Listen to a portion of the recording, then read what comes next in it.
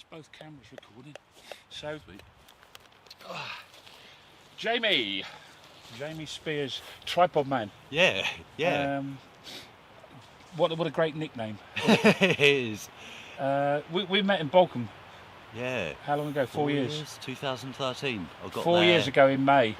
August. I got there. Did I you? think August, September, maybe. Beginning of September. How did you get into it all? I was working in a pub in Epsom at the time. I could never get on the pub Wi-Fi. Yeah. It was just impossible. I couldn't even log on to it. And there was just one day, I went on, I got onto the pub Wi-Fi, I got on Facebook. There was a post from Occupy posting Reclaim Power, a video about the camp at Balcombe being set up. It said, "We're here, come." And the video and everything loaded. I don't know how this happened. It was a sign. I never got access to the internet through the pub. I saw it and I just got this feeling in my solar plex that's like, I need to go. Where's Balcombe? It was 23 miles away. I went, I saw what was happening. I stopped everything at that point. I was going to be racing powerboats. Yeah. I had the potential to be racing in South Africa in a year's time, Yeah. It just made me realise that this is our water and our land at risk, and this shoots anything else I've been interested in now away, This is the most valuable resource we've got, our water. It just put everything into my life into perspective at that point. I saw about tax breaks, I'd heard about fracking, an aunt talking about it years ago about America. So I didn't remember much of it. I just remember her talking in a very negative way about it and the impact it had happened. It was just a word that stuck when I heard it again, like, fracking. And then I saw in the Metro about tax breaks and, tax breaks for oil companies. I've worked for Esso years ago before I began to wake up to all this. So I've seen firsthand how greedy the oil industry is, the chase for profits. And the dad's been in the oil industry all his life and he's lost so many friends through diving. It's just something I've grown up knowing about, So to see this and then seeing what they want to do to places like here, Leith Hill, area of outstanding natural beauty, this is absurd, it really is. You've always been quite athletic, haven't you? Yeah, always been an outdoors person, like to be fit. Yeah. You connected it with nature and things like that. Yeah. I've always had problems with, I guess in society, mental health, and out in nature, that disappears. I feel connected to nature. I enjoy being outdoors. What made you decide to do the action on the tripod at Balcombe? It was my first ever protest. I'd never done anything like that before. So I guess you turn up and you just observe. You step back. You're asking questions. I was worried about asking too many questions because it creates trust problems. People, why is he asking so many questions? I was keen to learn. I wanted to learn, so I wanted to ask the questions. And I saw people being kicked, shoved down the road, tripped up, and then arrested for obstructing a highway. I think walking lorries was the conclusion I came to. Was walking lorries isn't going to stop this. The slow walking lorries, the lorries are still getting in. Do I put myself on the walk and get arrested, still letting something in, or do I take action in other ways? And I come to the conclusion in myself that I'm not going to get arrested walking a lorry. If I get arrested, it's going to be worthwhile. It was after being there 2-3 weeks, and I found my feet. I'd been arrested with Reclaim Power. It was the first time I'd been arrested in an activist sense. I've been in trouble years ago as a kid, and it was a very different feeling being arrested here. It's like, I'm standing for my democratic right. I've not committed an offence. I've been peaceful. I've been smiling. At Balcombe, I saw the march that day, how the people were, and the bubbling of energy in the atmosphere from the people standing against fracking that day, the activists and the people in sport. And I saw how the police acted, and I saw how the media portrayed all this. It was wow. So after being there 2-3 weeks, someone asked me if I was up for taking an action. I said, yeah, definitely. I don't want to walk the lorries. We had a little chat, and the next morning I was up a tripod. It was very.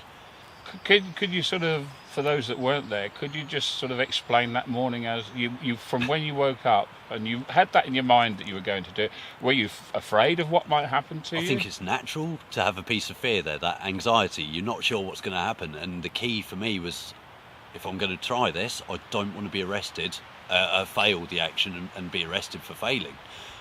So you feel, for me personally, I felt a pressure to be successful in this action, for everything to go well. So the night before, we were moving tripods around, the police were driving up and down, we're hiding behind tents and walking through tents with this tripod. That morning, I didn't really sleep well that night. Just, you worry and you're thinking. I'd never done an action, I'd never been up a tripod before until that night. I just climbed up to where the clamp was, I can do that. Got back down. So that morning I was a bit anxious. I was excited. I was nervous. A bit of fear in your gut. It's anxiety, I guess. Yeah, there was 3 of us trying to get the tripod up in the road. We stopped the traffic, we ran in the road, we got the tripod up, we dropped it a couple of times on the verge. The plan was to put it up in the road. The problem with putting the tripod up in the road, there was too many opportunities for it to go wrong. We thought it would be best to get it erected on the verge and then walk into the road with it. The poles were damp and dew from being left in grass overnight. So we're trying to climb a wet scaffold tube is not easy. And they go on, Jamie, go on, get up there, Jamie. And you sort of glance, you can see a row of police running. You just get up them poles. You know, you just gripping as tight as you can with your feet and hands. I was very excited but very nervous.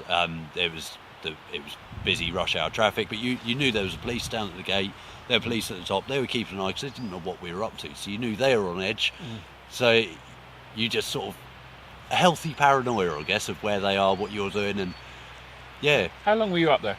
I think it was about 4.5 hours I was up there. It was a warm day. Yeah, it was the most beautiful day I think we'd had.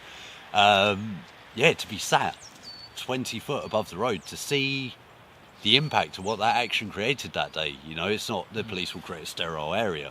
It blocks the view of people, so when you're on the ground, you don't get to see what's being created. You don't get to see as much. When you're up high, people can look at you, they can make eye contact, you can make eye contact back, and there was something quite magical about that day, I think, to see, without ego, just to see what had been created that day by my action. You know, it was everything a peaceful protest should have been.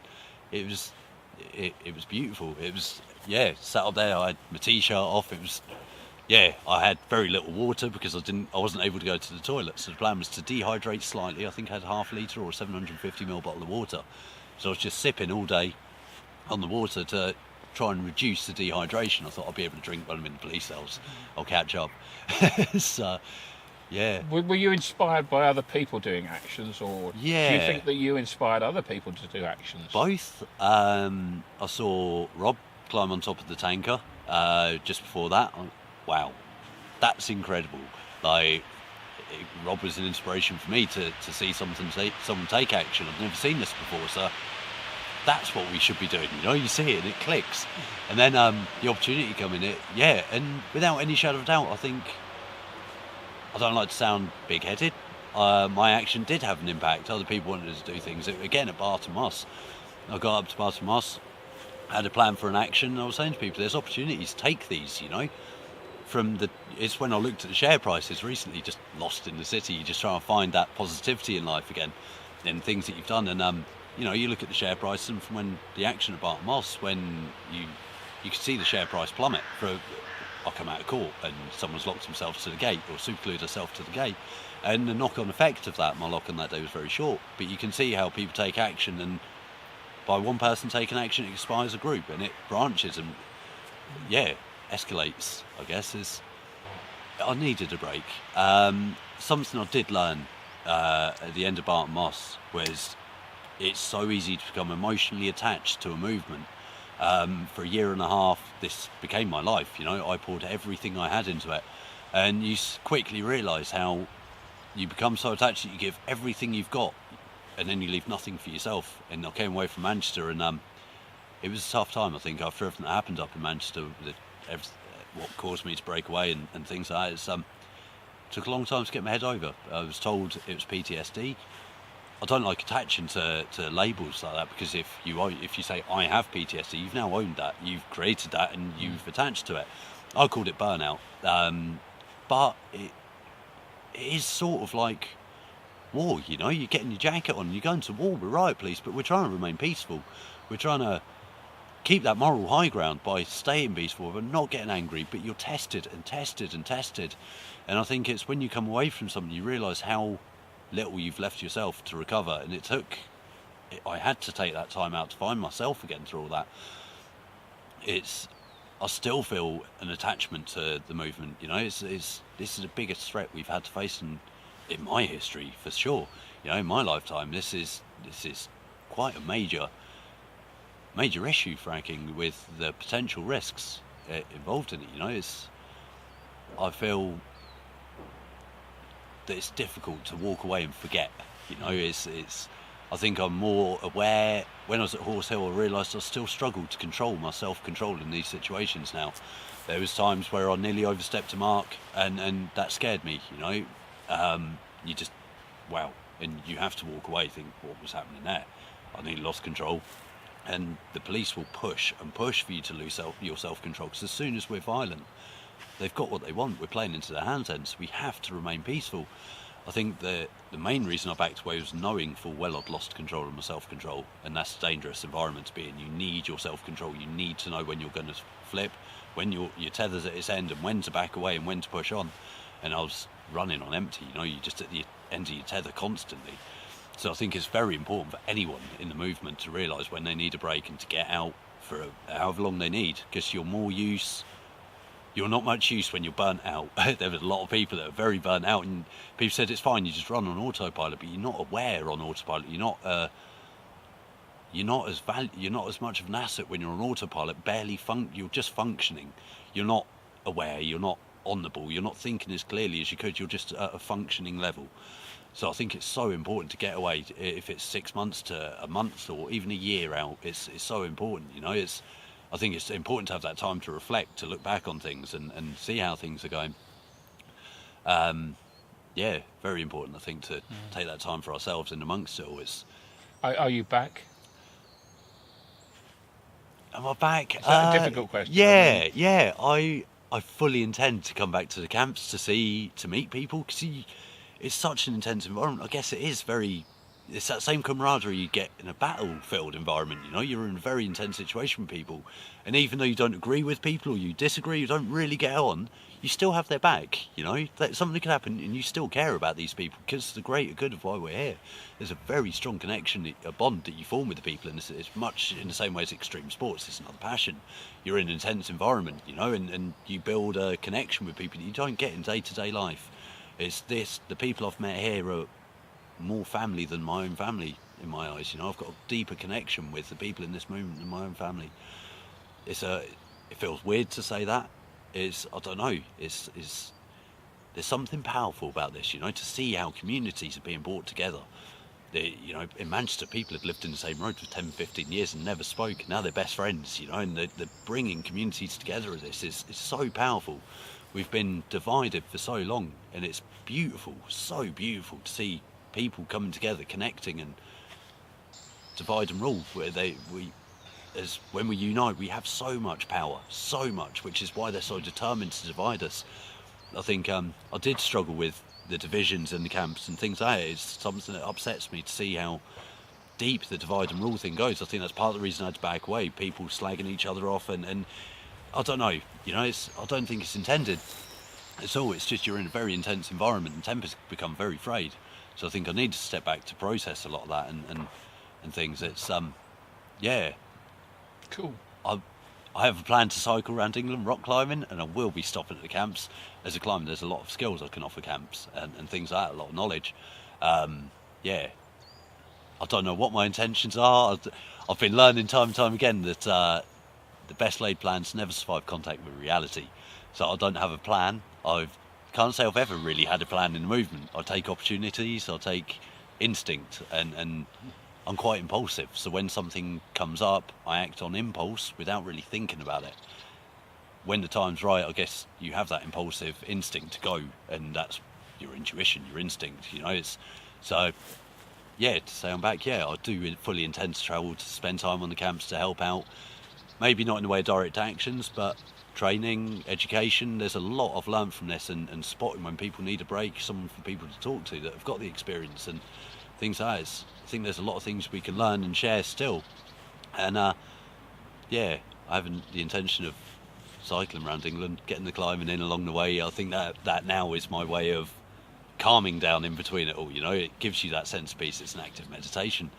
So through that, I think I've been lost in the city for months and things, and since stepping away for a while, I've had so many thoughts and ideas, and positive, negative, and I think through climbing and travelling and being on camps, I don't know what I'm up to, but things will come, I think. It's definitely not the end. definitely not the end. There's an element of me that is back. Good. I feel quite strongly, you know, I was quite a strong character at Barton Moss. At Balcombe I was fighting my feet. Barton Moss, I knew what I was doing, I knew what I cared about. And they try and break you, they look for the influential characters. By the end of it, yeah, they did break me, but it's not permanent. Like, yeah, I found myself again, and yeah, I'll be proud to. I've always been proud to stand on the front line with my face showing, saying, this is me, I don't condone this, this is my view. So I've never shown fear, and I still intend to show no fear. Yeah.